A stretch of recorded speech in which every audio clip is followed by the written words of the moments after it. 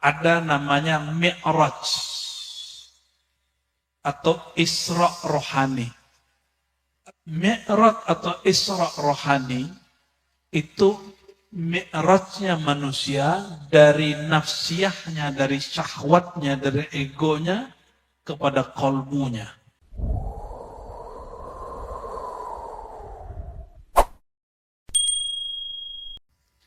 Baik, kita kembali ke ayat depannya.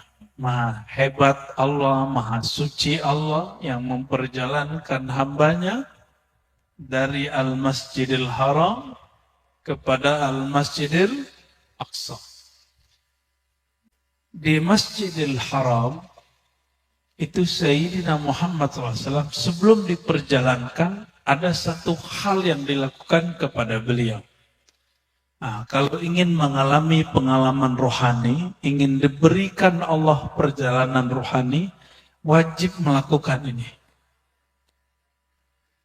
Apa yang dilakukan? Nggak disebutkan di sini. Yang mesti dilakukan adalah watahhir. Bersihkan pakaianmu, jiwamu, dirimu. Nah, Nabi Muhammad SAW ketika mau terbang, itu dibersihin nggak kolbunya? Ya, dalam kajian kami kemarin, kita menjelaskan di hadis Imam Darimi itu ada 2 noda. Coba cek, ini yang hadir hari ini, berapa noda di hatinya? Kira-kira kalau orang begini, melakukan perjalanan rohani, itu rusak apa lurus? Mending gak jalan rohaninya. Karena kalau kayak kalian ini, kayak kita ini jalan rohaninya, itu bukan jadi tambah lurus jalannya. Jadi tambah sombong. Masih ingat Barsiso? Barsiso itu tambah sholat, tambah sombong dia. Cuma dia gak sadar. Walaupun dia ibadah 500 tahun, tapi dia tidak melakukan proses pembersihan sebelum dia mengalami pengalaman rohani. Itu Barsiso dapat ilmu, namanya ilmu Al-Ismul A'zam. Nama-nama Allah yang agung. Itu kalau orang baca, apapun yang nemu boleh. Dia bisa terbang. Dalam satu riwayat yang tidak sampai derajat sahih, Harut Marut, masih ingat? Siapa Harut Marut?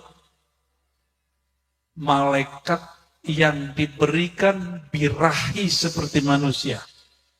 Lalu dikasih tubuh seperti manusia. Itu malaikat diajarkan Ismul A'zam. Lalu Ismul A'zam itu diajarkan kepada perempuan. Meskipun riwayat ini Israiliyat. Itu perempuan langsung bisa terbang. Cuma khurafatnya ada. Si perempuan disebut jadi bintang kejora. Nah, itu riwayatnya batil itu ya. Hadisnya tidak sahih ya. Itu Israel. Lihat. Tapi bahwa murid-murid Barsiso. Jadi Barsiso ini kayak gini nih. Datang, gak muat. Dia bilang, udah kamu baca ini. Tarik nafas. Langsung duduk di ngawang. Coba bayangkan. Barsiso punya murid ngawang. Tapi matinya Barsiso, mati kafir. Su'ul khatimah. Kenapa? Karena dia beramal bukan untuk Allah. Dia beramal itu karena ada noda di sini. Noda itu ingin dapat perhatian manusia. Ingin disowanin orang. Ingin dimintain doa sama orang. Ingin ya haus hormatan. Maka ketika bertiga dosa sekaligus. Lalu dia ditangkap. Diikat, disalib. Waktu disalib datang iblis. Apa kata iblis? Barsiso, nyamar jadi seorang syekh. Nyamang jadi seorang kiai. Kata si iblis ini. Barsiso, maukah kamu selamat? Kata Barsuso, tentu. Maukah kamu aman dari pandangan dan kata-kata semua orang? Mau. Oke, satu syaratnya. Batalkan syahadatmu, lalu sujud kepadaku. Maka dia batalkan syahadatnya, dia baca syahadat baru. Lalu dia sujud kepada iblis. Di saat dia sujud, di saat itulah iblis menyaksikan Barsisa dijemput oleh malaikat maut. Sujud juga matinya. Jadi ntar dulu kalau yang doakan banyak doa, ya Allah matikan kami dalam keadaan sujud, ntar dulu. Ente sujudnya karena cari perhatian Allah atau cari perhatian makhluk. Akhirnya orang mengatakan, wow, Barsisa mati dalam keadaan sujud. Barulah ketahuan setelah Nabi SAW diutus. Ini sujudnya bukan sujud kepada Allah. Dia sujud kepada siapa? Iblis. Mengerikan. Jadi kalau sebelum bertorikoh, ini kebetulan di sini banyak orang bertorikoh, bersihkan kepentingan diri. Niat bertorikoh ngapain? Apa? Biar sakti. Biar sakti. Gampang, baca zikir Allah 5.000 satu napas. Mati langsung. Itu serius, itu di kitab Syamsul Ma'arif disebut. Sebutlah nama Allah 1000 kali, kamu kebal. Mau?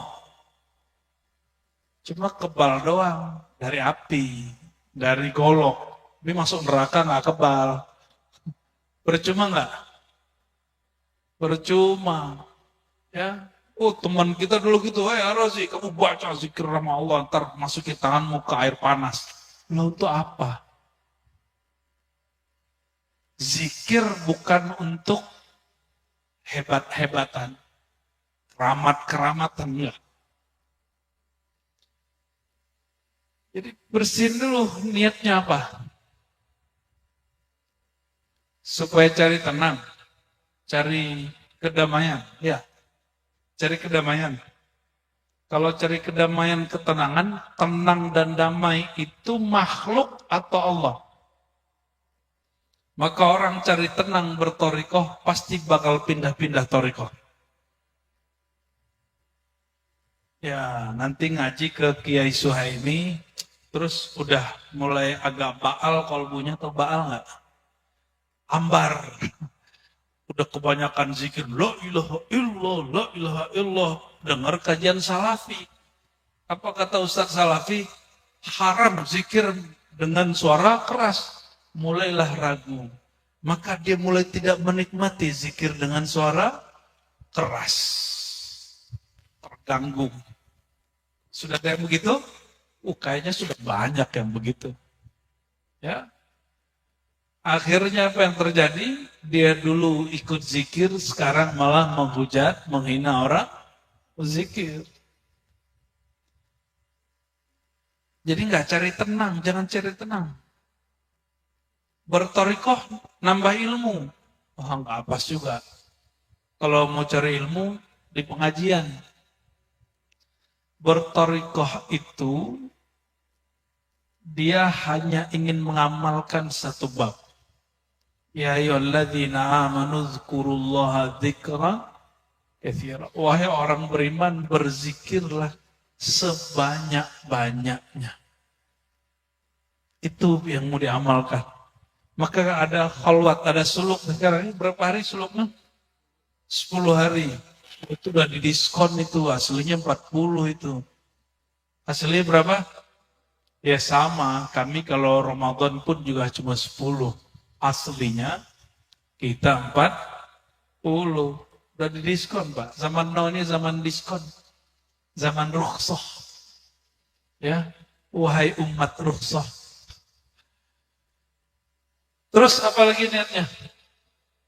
Mau khusyuk. Khusyuk itu Allah atau bukan? Jadi kalau masuk thariqat ingin khusyuk, siap-siap kecewa. Mungkin kusut. Apalagi? Thariqat artinya jalan. Jadi orang kalau masuk thariqat dia sedang belajar Isra. Mesti dibersihkan dulu kolbunya. Coba perhatiin. Yang membersihkan kolbu itu kita atau siapa? Kita emang. Serius. Emang bisa bersihin kolbu? Emang bisa bersihin kolbu? Coba, kalau astagfirullah bunyinya gimana? Astagfirullah. Coba terjemahin. Aku memohon ampun kepada Allah. Itu terjemahan kita. Terjemahan aslinya, ya Allah hapuslah dosaku. Itu artinya. Jadi siapa yang menghapus? Kalau antara dua sujud, Rabbil firli. Ya Allah, hapuslah dosaku. Firli. Berarti siapa yang menghapus? Allah. Jadi sebenarnya yang membersihkan kolbu siapa? Allah. Karena tidak tahu cara Allah membersihkan kolbu, belajarlah kepada ahlullah. Orang yang kenal kepada Allah. Mereka itulah yang disebut Syekh Mursyid.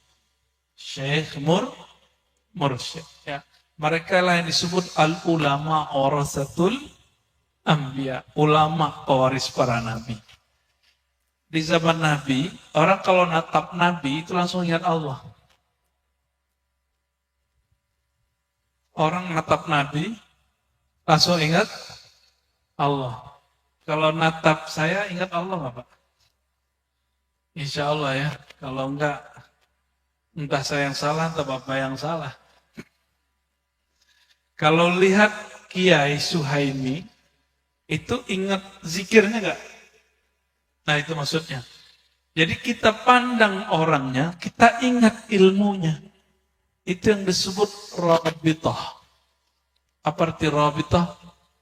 Ikatan kolbu, ikatan cinta rohani antara murid dan guru. Jangan pikirkan guru senang nggak sama kita, enggak. Tapi pikirkan senangkah kita kepada guru. Jangan pikirkan cintakah guru kepadaku. Tapi pikirkan sudah cintakah aku kepada sang guru. Karena mencintai guru itu pintu mencintai para wali Allah. Mencintai para wali Allah itu pintu mencintai Sayyidina Rasulullah SAW. Kalau sudah cinta Rasulullah, pasti cinta Allah. Gimana? Jadi kalau ketemu Kiai Suhaimi, jangan nanya gini, Kiai ingat saya enggak? Jangan gitu nanyanya. Sombong amat ente. Ya, sebanyak itu muridnya.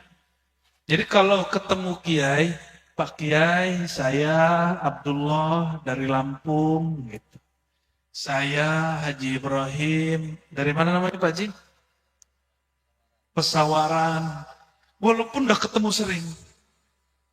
Walaupun sudah ketemu, jangan nanya gini, Kiai, kenal aneh nggak? Ingat sama saya nggak? Itu ya benar itu. Ya. Nggak begitu. Walaupun kalau seumuran boleh. Kalau temenan boleh. Tapi kalau murid boleh nggak? Secara hukum sih boleh. Secara adab nggak elok. Jadi nanti nih datang ke Kiai, ya, mungkin Kiai sudah mulai lupa, banyak muridnya. Kiainya kita ingetin, jangan bebani dia ngingetin kita. Ya, jangan bebani Kiai, guru, mursyid untuk mengingat ini siapa lah ini orang. Nggak penting bagi dia itu ya. Tapi guru itu pasti ingat rohaninya murid. Tenang aja. Rohaninya murid pasti diingat oleh guru. Maka setiap mursyid itu pasti memfatihahkan, mendoakan muridnya setiap hari. Pasti. Ya.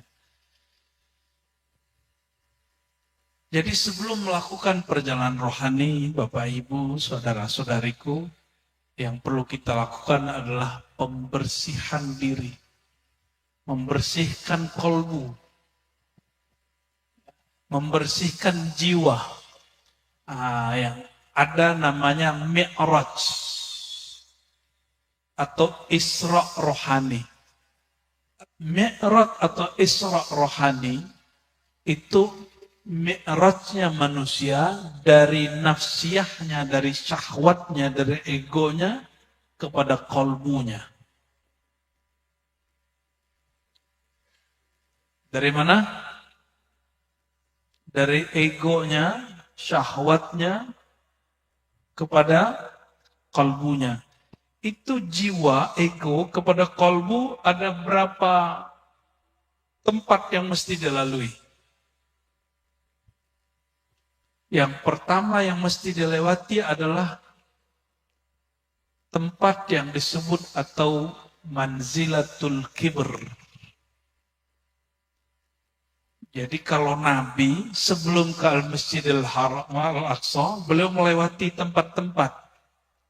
Kalau seorang salik, seorang murid thariqah, jika dia hendak mengalami Isra Mi'raj, yang pertama dia lakukan apa? Setelah membersihkan diri, dia mesti kemudian melewati dan turun di satu posisi dalam dirinya yang disebut titik sombong.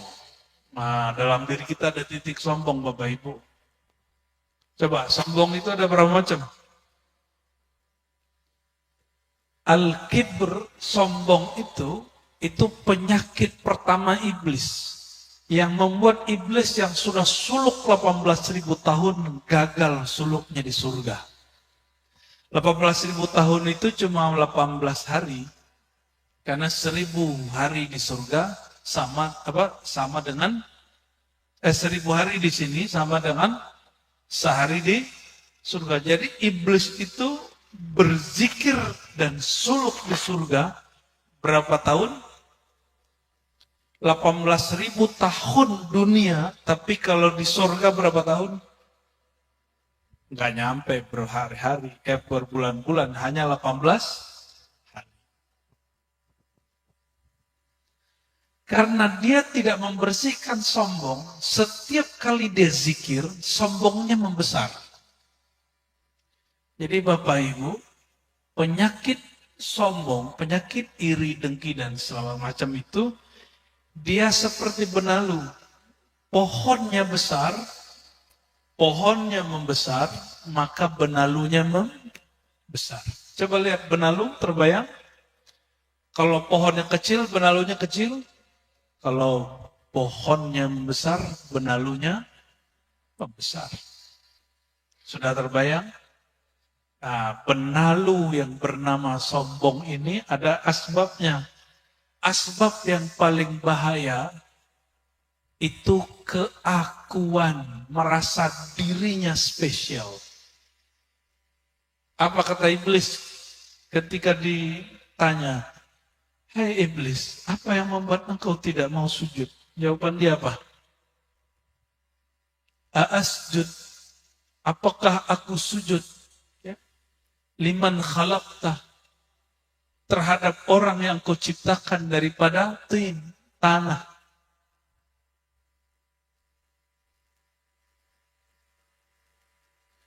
Turun sekarang apa? Masa saya ini orang Lampung berguru ke orang Jawa. Nah, ada yang ngomong gitu gak? Masa saya orang Jawa berguru ke orang Sunda? Masa saya orang Padang berguru ke orang Jawa? Ngomong begitu. Itu yang ngomong siapa? Iblis. Keakuan yang sekarang menjadi penyakit namanya rasis.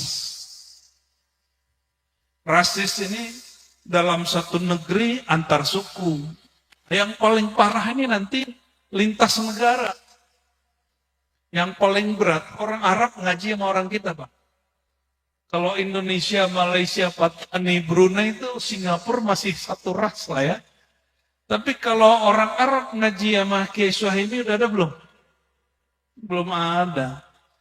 Apa karena orang Arabnya nggak tahu atau memang mereka gengsi nggak tahu gitu kan? Ada nggak Habib jadi muridnya Kiai Suhaimi? Belum. Pakistan ada. Harusnya para habaib ngambil ilmu ke beliau. Harusnya orang-orang yang turunan Hadrami ngambil ilmu ke beliau. Kenapa? Al-ibrah laysa bin nasab, al-ibrah bis sanad.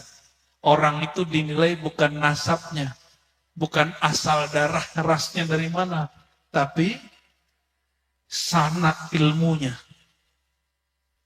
Ya. Dulu setahu saya para habaib itu ngaji kok kalau ulama lokal. Ngaji mereka, jadi murid mereka. Lalu mereka jadi ulama besar juga dan bersanad ke ulama lokal. Ya. Bapak Ibu yang bukan Allah. Jadi apa yang mesti dilewati dulu setelah membersihkan kolbunya? Melewati hijab kesombongan. Sombong yang paling bahaya, sombong karena aku. Nah, ada tambahan sombong yang lain. Sombong karena materi. Ada, mohon maaf nih, orang kaya yang sering ngaji banyak atau dikit? Yang kayak Pak Haji gini. Ini cloningnya banyak nggak? Apa satu doang? Cuma berapa? Satu doang. Kita cloning Pak Haji banyak-banyak ya. Supaya banyak deh orang kayak Pak Haji ini ngaji. Kenapa? Karena orang kaya sudah PW di rumahnya. Atau udah gengsi datang ke kiai. Mohon maaf, kita nggak tahu. Padahal si orang kaya sudah paham, kaya dia nggak abadi. Orang paling kaya itu orang yang bersama zat yang maha kaya, Allah Subhanahu wa ta'ala. Orang yang kalau dirinya mati dia masih kaya. Nah, itu sombong karena materi. Coba, kalau pergi naik mobilnya pakai Alphard, rasanya beda nggak? Dengan pakai Avanza, beda nggak? Langsung rasanya lain. Betul ya? Itu kalau ada orang nyalip, udah miskin, sombong gitu ya. Yang sombong ente. Sama-sama bayar pajak kok ya. Sama-sama rakyat kok. Hati-hati. Sombong karena materi, tapi sombong karena materi ini masih ringan. Yang paling berat itu sombong karena imateri. Imateri itu ilmu, jabatan, kemasyhuran, viral kalau orang kata hari ini. Mohon maaf nih, masih ada nggak ustadz viral mau bertorikoh? Setelah dia viral loh, masih mau ngaji gitu. Jarang, gengsi. Itu yang disebut oleh Imam Ibn Abbad ya. Asyuhrah qablal kamal sammun qatilun. Orang terkenal sebagai guru ngaji, sebagai kiai, sebelum matang rohaninya, itu akan menjadi racun pembunuh. Nanti dia nggak akan mau ngaji lagi. Kalaupun ngaji, tunggu dulu orang Arab datang ke sini. Emang orang Arab pasti wali. Nah, emang yang pakai udeng-udeng begitu mesti wali? Kan belum tentu juga. Emang profesor doktor mesti wali? Kan belum tentu juga. Saya jumpa seorang kekasih Allah di Mekah. Di musim haji. Zuriat Nabi Sallallahu Alaihi Wasallam. Orang Mekah. Apa kata dia? Ananda katanya. Sekarang itu wali Allah pimpinannya ada di kalian. Di negeri kalian. Fi baladikum. Di Nusantara. Kita udah senang nih Pak. Udah senang nih Kiai. Apa yang bikin saya kemudian gaduh? Wa ma'adhalik. Bersamaan itu, musuhnya wali juga di situ. Banyak kelompok-kelompok takfiri yang suka mengkafir-kafirkan, suka membid'ah-bid'ahkan juga paling banyak sekarang di kalian. Di kami di Saudi, mereka sudah nggak laku. Mereka kalau ada keusir. Sekarang pindah ke kalian. Dia ngomong begitu. Jadi walinya sekarang di kita, wali Allahnya, wali setannya juga. Itu kabar gembira apa kabar menakutkan itu? Saya jumpa guru-guru saya orang Banjar yang lama di Mekah, mereka itu obrolannya apa? Oh sekarang kutub itu Syanung, sekarang wali kutub ini Syanung, sekarang pimpinan wali Syanung. Tapi semenjak meninggal salah satu wali di sana, itu mereka nggak ada lagi ngomong begitu. Kayaknya udah balik ke kita, gitu ngomongnya. Kayaknya sudah balik ke Indonesia, bukan lagi di Makkah. Wallahu a'lam bishawab. Itu urusan Allah. Tapi yang pasti, ada orang sombong karena ilmu. Karena gelar jabatan yang paling berat, sombong karena kemasyhuran. Itu paling berat. Makanya adik-adik ini kan suka hadroh nih. Sebelum ente diviralkan di Lampung, ente bermursyid yang benar. Supaya kalau salawat itu ada amunisinya. Bersolawat itu amunisinya merindukan Nabi Muhammad SAW. Jadi orang ikut rindu. Jangan besarkan kelompok kalian. Besarkan Nabi Muhammad SAW. Jangan viralkan suara kalian.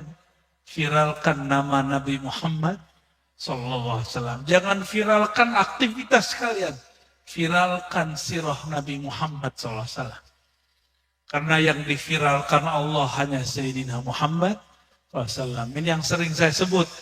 Dalam Al-Quran Allah mengatakan warafa'na laka dzikrak. Itu terjemahan bebasnya itu enggak?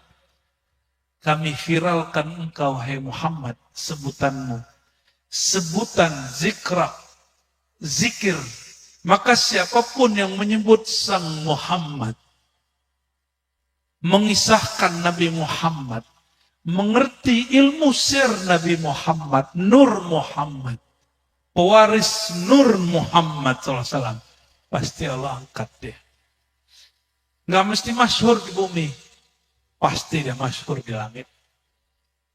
Ya, Allahumma sholli ala Sayyidina Muhammad. Hati-hati, zikir antum nggak diangkat ke atas kalau nggak baca Muhammadur. Jadi secara fikih, la ilaha illallah Muhammadur Rasulullah hukumnya sunat, mustahab. Tapi secara ilmu hakikat tarekat, la ilaha illallah terakhir wajib ditutup Muhammadur Rasulullah SAW. Enggak ditutup dengan Muhammadur Rasulullah, zikirnya mentok. Mentok di kepala ente. Ya. Tapi kalau ditutup dengan Muhammadur Rasulullah, khusyuk tidak khusyuk, itu zikir Allah angkat. Dan jika dia membaca dengan kolbunya, apa kata Nabi SAW, hadis Imam Al-Haqi, Fatahallahu biha. Ya, Allah buka dengan kalimat itu, kalau dibaca dengan kolbu.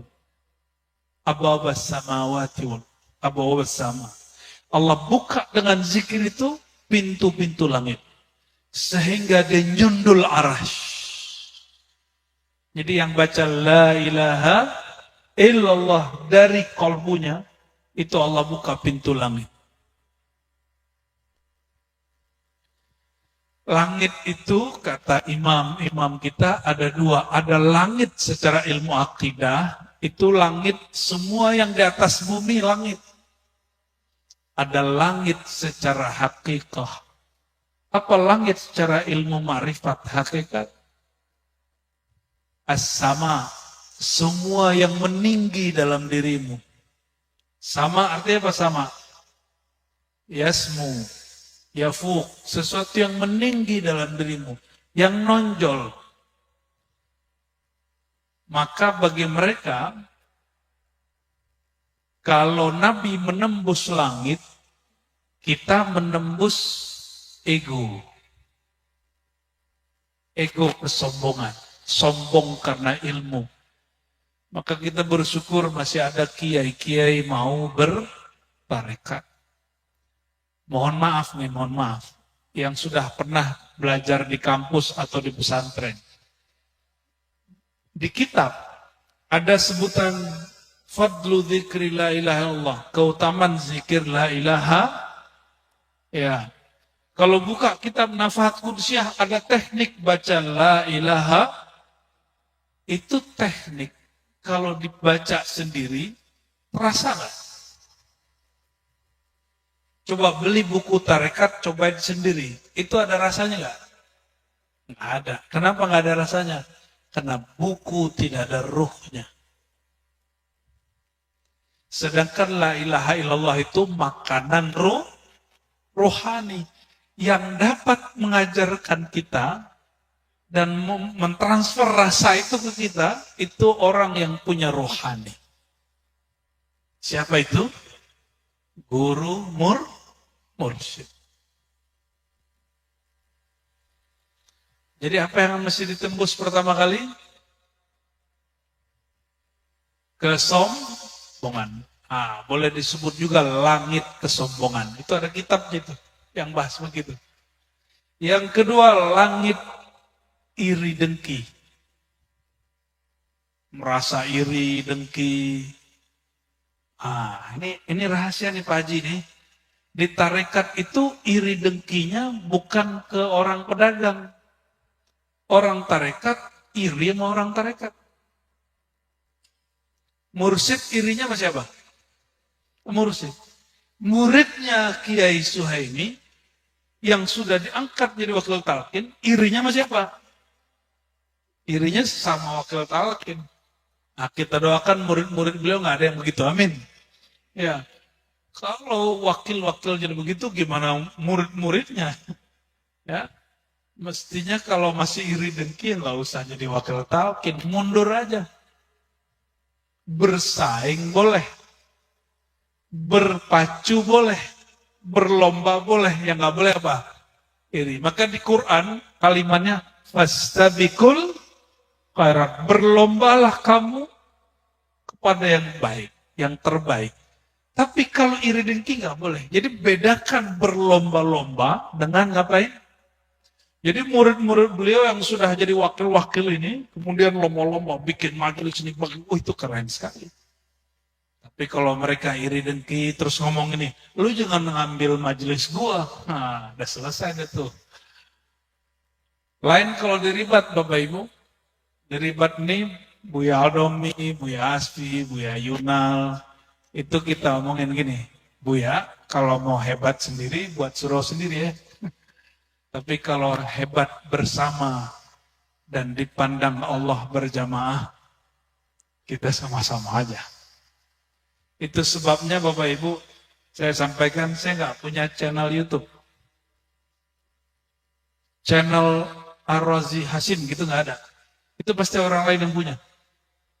Karena kami ingin channelnya pun channel berjamaah. Nama channel kita apa Bu ya? Ribat aja. Nggak ada tambah-tambah gitu. Ya, saya juga nggak tahu passwordnya. Atau mereka-mereka lah yang ngurus tuh. Oh, Nono yang ngurus tuh ya. Antum yang ngurus ya. Itu pun juga nggak serius ya, gitu-gitu aja. Tapi alhamdulillah. Kita cuma niatnya satu. Saya niatnya cuma satu. Dari 2013 saya ngomong ke kawan-kawan pendakwah. Kita ini kalau mau buat TV, mahal. Karena buat studio itu 300 jutaan. Buat TV berapa? MM-an.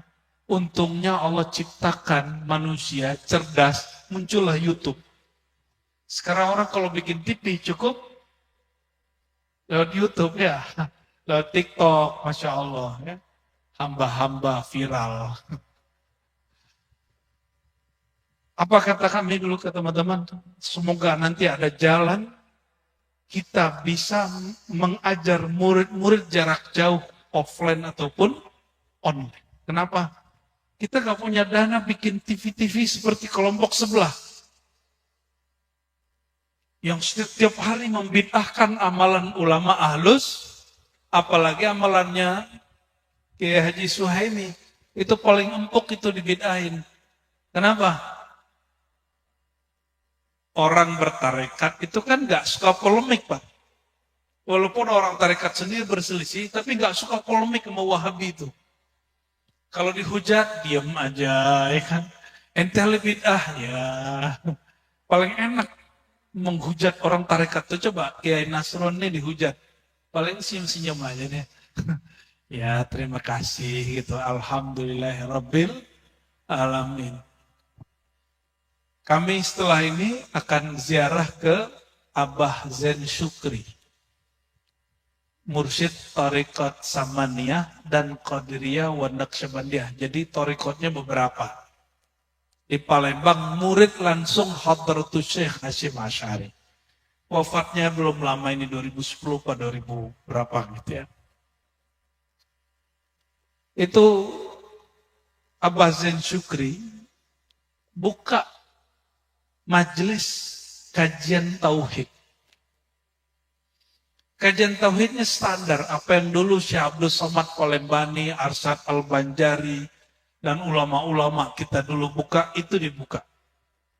Tapi tahu nggak Bapak Ibu, yang memfatwakannya sesat siapa? MUI Palembang, di zaman beliau. Mursyid tarekat dituduh sesat oleh MUI Palembang. Akhirnya masyarakat awam yang baru hijrah terpancing dan ingin mau membunuh atau mau mencelakai beliau, itu rumahnya dikepung. Bersama dengan ketua MUI-nya. Untung gak lama setelah itu datang surat dari Buya Hamka yang katanya Muhammadiyah, ternyata sangat mengerti persoalan tasawuf. Saya nggak tahu Muhammadiyah sekarang mengerti tasawuf atau enggak. Kayaknya ada yang mengerti. Itu Buya Hamka, pengurus ketua MUI pusat, beliau kasih surat bahwa Abah Zain Syukri tidaklah sesat. Ajaran tauhidnya sesuai dengan sufi ahlus sunnah wal jamaah. Tapi udah keburu disesatkan dan masyarakat ini nggak mau tahu. Tapi Abah Zain Syukri ini ahli wirid, ahli zikir, kekasih Allah. Ciri-ciri kekasih Allah itu nggak suka memfatwakan orang, tidak suka cari kesalahan orang, dia suka mencari kesalahan dirinya. Maka guru kami mengatakan, ya, min alamatis safih ma'a kaunihi aliman. Ciri-ciri orang bodoh, kalau bahasa kasarnya TOLOL, jangan dibaca. Ciri-ciri orang yang bodoh, walaupun dia ahli baca kitab, walaupun dia digelarin kiai. Apa itu? Ayat luba aurata ghairihi wa yansa aurata nafsihi. Dia sibuk cari kesalahan orang, tapi lupa cari kesalahan dirinya. Sibuk menyalah-nyalahkan tauhid orang lain, tauhid dia sendiri nggak beres.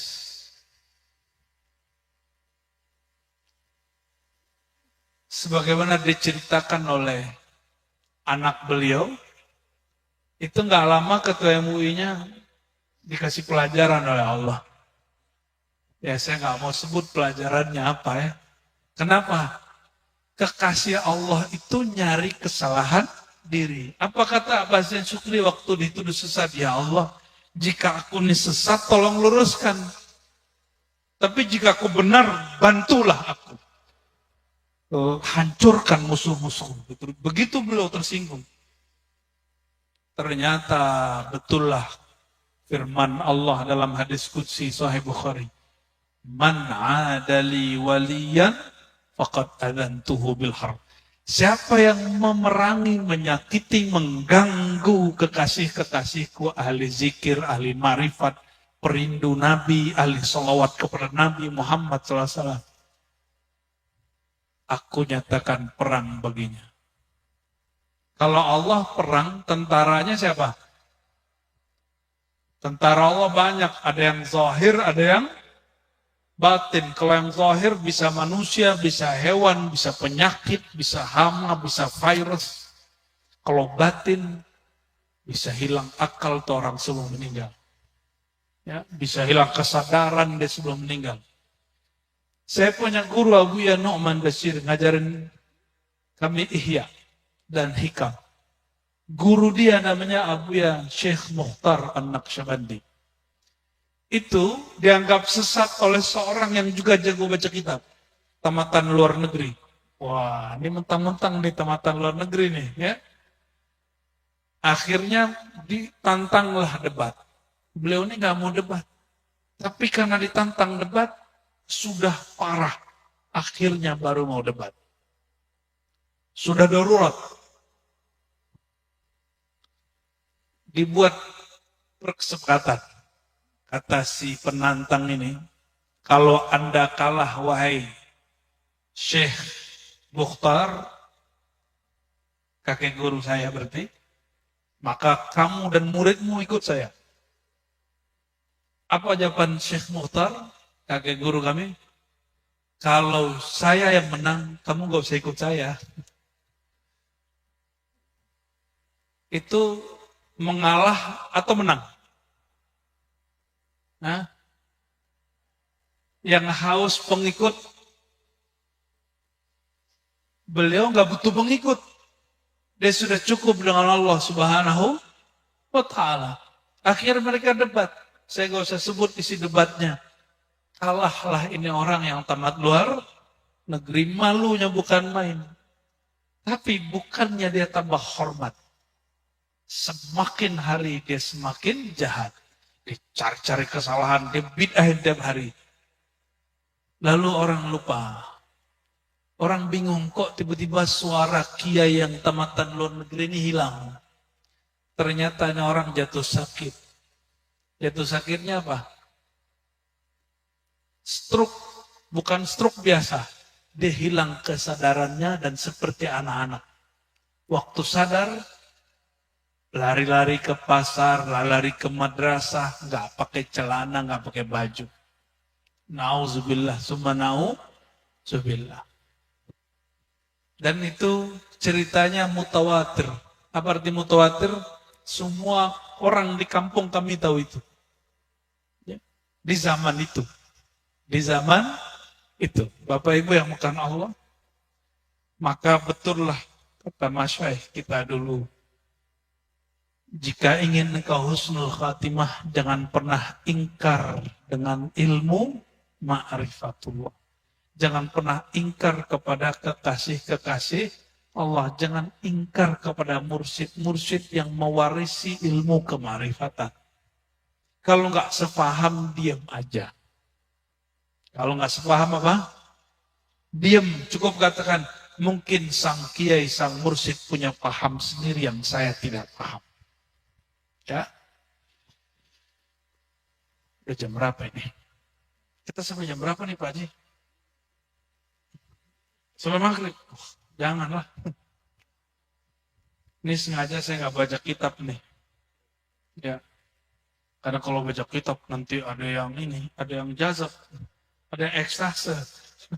Kayak tahun lalu. Ya. Itu semuanya mau terbang Bu Aldomi. Udahlah. Tahan-tahan aja kitab. Kitabnya ada. Kitab Syekh Abdul Qadir saya bawa selalu. Baik PDF-nya atau kitabnya. Ini. Apa yang dimaksud Masjidil Haram secara ilmu ma'rifat? Apa yang disebut Al-Masjidil Aqsa? Ini bagian terakhir. Al-Masjidil Haram itu sisi kata para ahli tasawuf seperti Imam Al-Jili, ya, adalah sesuatu yang Allah haramkan pada dirimu, itulah Al-Haram. Tinggalkan itu, datanglah kepada kesucian. Nama lain dari Al-Masjid Al-Aqsa apa? Aqsa itu artinya jauh. Jauhkan dirimu yang haram, engkau akan sampai kepada yang Baitul Maqdis. Tempat yang suci. Bapak Ibu yang bukan Allah, di dalam ilmu ma'rifatullah, yang disebut rumah Allah itu bangunan fisik atau kolbu orang beriman. Seandainya masjid itu tidak ada orang zikir, dia masih disebut masjid gak?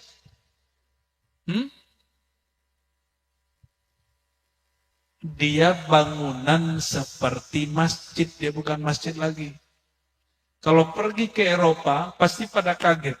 Dikirain masjid, ternyata Jadi yang ada kubah-kubah itu bukan peradaban Islam. Itu peradaban luar. Dari Yunani kah, Persia kah.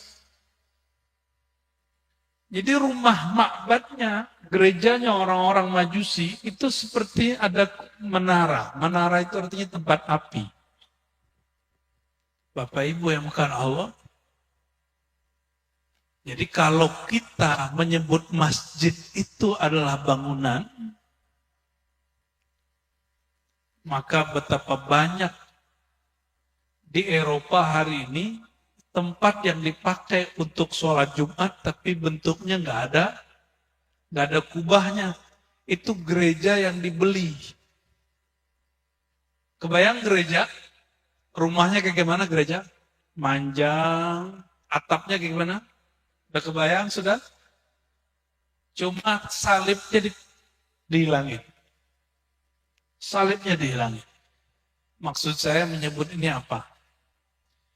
Sumiyal masjidu masjidan li'anna fihi rufi'a ismullah. Sesuai ayat Quran. Disebut masjid itu masjid karena di sana disebut-sebut nama Allah. Mau nggak kalbunya disebut masjid Baitullah? Mau? Mau? Maka belajarlah talqin zikir kepada para mursyid. Kalau di sini berarti ke Kiai Haji Suhaimi Yusuf dan kawan-kawannya para mursyid. Ingin kalbunya jadi Baitullah? Ya. Malaikat kalau mau menurunkan azab, pertama yang dia lihat masjid. Masjidnya ada orang enggak? Pertama dilihat dulu ada masjid apa tidak. Maka disebutkan dalam hadis, la taj'alu buyutakum maqabira. Jangan jadikan rumahmu seperti kubur. Wa zayyinuha bis salati wa tilawatil Quran. Hidupkanlah rumahmu itu dengan zikir salat dan zikir baca Quran. Maka ada hadis lain, as-salatu nur. Salat itu cahaya. Kalau ayat Quran ini gimana? Aqimis salata dzikri. Dirikan salat, tunaikan salat untuk mengingatku. Berarti aslun nur. Salat itu nur. Salat itu tujuannya, aktivitasnya berzikir. Maka aslun nur. Asalnya nur itu zikrullah. Ingin kalbunya jadi Baitullah, jadikan dia Baitul Asma, tempat isi nama-nama Allah. Kalau lagi suluk dibaca nggak nama Allah? Ya, sebut Allah, Allah, Allah terus. Dan lebih afdal lagi jika namanya dima'rifati, dikenali, ya. Maka wajib bagi yang sudah mengamalkan zikir Allah, belajar ma'rifatul asma, mengenal nama-nama. Nah, nanti di Ribat ada kajian itu ya, ma'rifatul asma. Dia membedah al-asmaul husna. Nanti kita buat juga kajiannya. Nanti kita buat juga kajian itu di sini tahun depan, insya Allah ya. Ini tahun depan apa akhir tahun? Sudah awal tahun ini. Bagian penutup. Kalau kita senang seseorang, terus di bukunya dan di handphonenya ada nama kita, ada foto kita, kita senang nggak? Kalau ingin menumbuhkan rasa ridho, maka bikinlah Allah ridho. Allah itu ridho kepada kita pas Allah buka Baitullah di dalam kalbu, ada nama dia. Ada nama Sayyidina Muhammad SAW. Syukur-syukur ada surah, ada sosok wajah Nabi Muhammad SAW di dalamnya. Enggak bisa membayangkan wajah Nabi Muhammad, masukkan wajah gurumu di dalam kalbumu. Nanti wajah guru kita akan terhubung kepada wajah Sayyidina Muhammad sallallahu alaihi wasallam. Itulah yang disebut dalam hadis Nabi, ya. Man idza ru'u dzikrullah. Kekasih-kekasih Allah itu orang yang jika engkau pandang, jika mereka diingat, dikenang, mengingat mereka menghantarkan engkau kepada Allah.